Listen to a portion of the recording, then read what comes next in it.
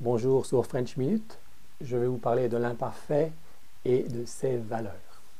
Alors pour présenter l'imparfait, je vais représenter l'imparfait sur une ligne du temps avec le futur, le présent et le passé. Une onde sur la ligne du temps au passé. Une onde pour représenter la valeur fondamentale de l'imparfait, c'est le processus. Quelque chose est en train de se passer. Quelque chose est en train d'être, c'est ça un processus. Et ici, dans le passé. Alors, pour parler de l'imparfait, je vais aller au présent. Le présent de l'indicatif, c'est exactement comme un imparfait, mais à un moment différent. Même processus, même valeur. Processus présent. Je mange ma soupe. Je suis en train de manger ma soupe. Il y a du mouvement, des odeurs, des couleurs, de la lumière, du bruit, le bruit de la cuillère sur l'assiette, le bruit de la bouche. Voilà. Dans le processus, il y a une matérialité du temps. Des couleurs, des mouvements. C'est ça, un processus. Au passé, je mangeais ma soupe. J'étais en train de manger ma soupe. Un processus. Le temps passe. Des sons, des odeurs, des couleurs, des mouvements. Processus. Je suis à la terrasse d'un café. Je regarde autour de moi. Des gens passent sur le trottoir. Des gens sont en train de parler.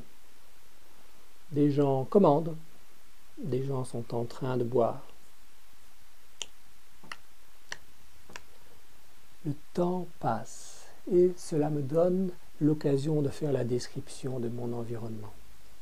Eh bien, c'est ça que permet l'onde de l'imparfait. C'est de faire des descriptions. Des descriptions d'habitude, des descriptions de situations passées. Avec l'imparfait, je focalise sur le processus, sur la matérialité du temps. Alors que dans le système du passé, l'autre temps majeur qui est le passé composé, les valeurs s'opposent fondamentalement. Ici, on pourrait dire que c'est tic-tac, tic-tac. Alors que le passé composé, ce serait plutôt clac. Le passé composé, c'est focalisé sur le fait que l'action passée est passée. Alors, est-ce que c'est bizarre de dire que le passé est passé? N'oublions pas, la réalité, c'est la réalité, la langue, c'est la langue. La réalité, dans la réalité, le passé est passé. Et le passé peut être étudié comme la réalité par la physique, la chimie. Avec la langue, on est dans une construction linguistique de la réalité. On donne à voir tel élément plutôt que tel autre. On fait un choix, on manipule. Il y a une manière de parler du passé, une manière imparfaite, et il y a une autre manière de parler du passé, une manière passé composée, qui s'oppose.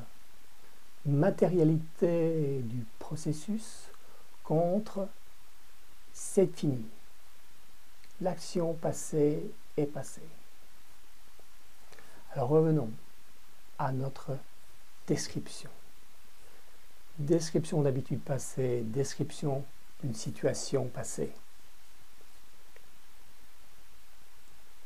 À l'université, je jouais au tennis le lundi.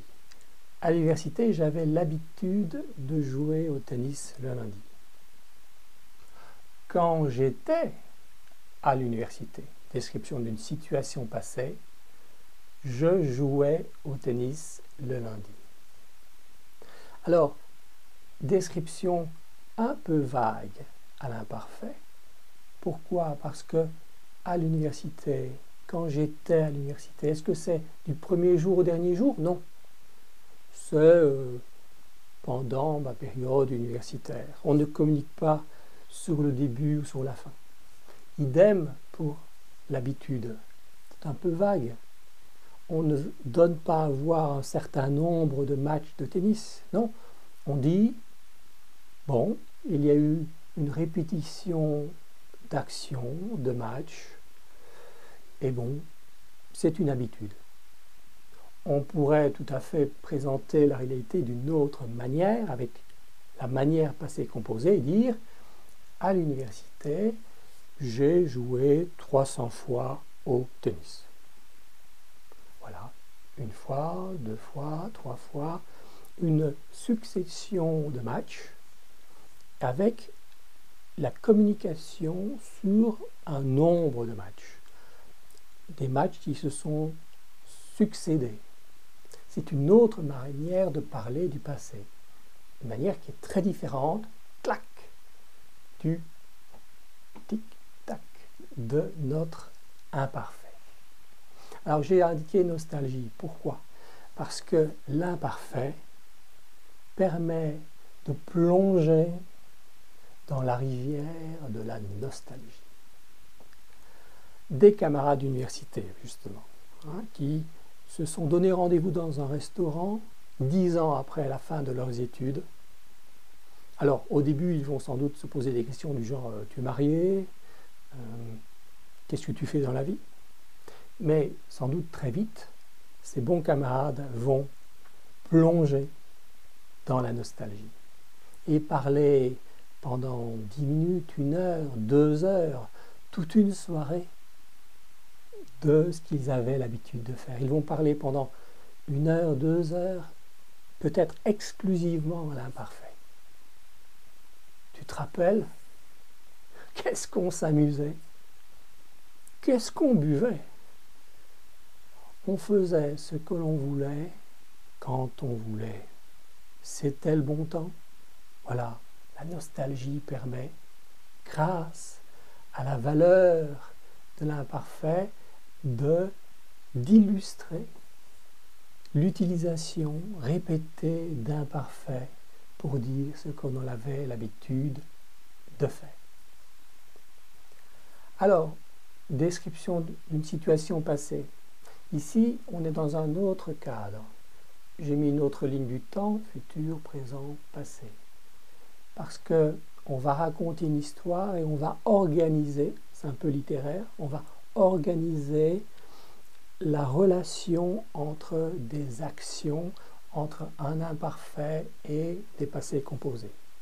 Alors, l'imparfait, matérialité, processus, c'est ouvert. Cette ouverture, cette imprécision me fait penser au rideau d'une scène de théâtre. J'ouvre les rideaux d'une scène de théâtre et pendant, un peu comme sur la terrasse du café, pendant 1 seconde, quelques secondes, j'utilise ce temps pour vous refaire la description de la situation, le décor du théâtre, 2 chaises, une table, une horloge, une cuisine, il est 3 heures, je regarde le design, l'époque, le milieu social. Je fais la description de la scène de théâtre. Maintenant, quand j'ouvre un imparfait, quand j'ouvre les rideaux d'une scène de théâtre, c'est dans un but bien précis. On ne fait pas une description pour faire une description, non.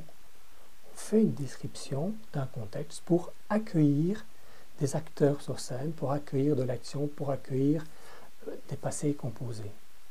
Oui, parce que imaginez, les rideaux s'ouvrent et rien ne se passe. Bon, c'est peut-être du théâtre d'avant-garde, alors on est patient. Mais si après quelques minutes, 10 minutes, aucun acteur n'est arrivé sur scène, les gens vont commencer à s'énerver. Qu'est-ce qui se passe? On a ouvert un imparfait, il faut y mettre de l'action. Histoire. Once upon a time, il était une fois. Exemple, vous racontez une histoire à un enfant. Il était une fois une princesse. Elle était très belle. Elle habitait toute seule dans un grand château. Elle était triste, blablabla, bla, bla, bla. L'enfant va vous demander de couper dans les descriptions et d'y installer de l'action. Un prince qui arrive, qui se bat, qui l'embrasse, voilà. Et raconter une histoire, c'est trouver le bon équilibre entre description et action. Les temps changent, hein. Les gens ont de plus en plus de difficultés à accepter de très longues descriptions comme dans Balzac, etc. Hein, on va couper de plus en plus dans les descriptions et les descriptions vont devenir, dans la langue normale, la langue professionnelle, la langue orale, vont devenir de plus en plus utilitaristes. C'est-à-dire qu'on va utiliser l'imparfait pour éclairer les actions. Exemple, hier, il faisait beau. Voilà, soleil, ciel bleu. Je suis sorti. Clac! Voilà, il n'est plus à l'intérieur de la maison, il est dehors. Il faisait beau, je suis sorti. Je suis sorti parce qu'il faisait beau. La description de la situation explique l'action. C'est souvent comme ça que l'imparfait est utilisé aujourd'hui. Imaginons un cadre supérieur qui va à New York pour la signature d'un contrat, un certain 11 septembre.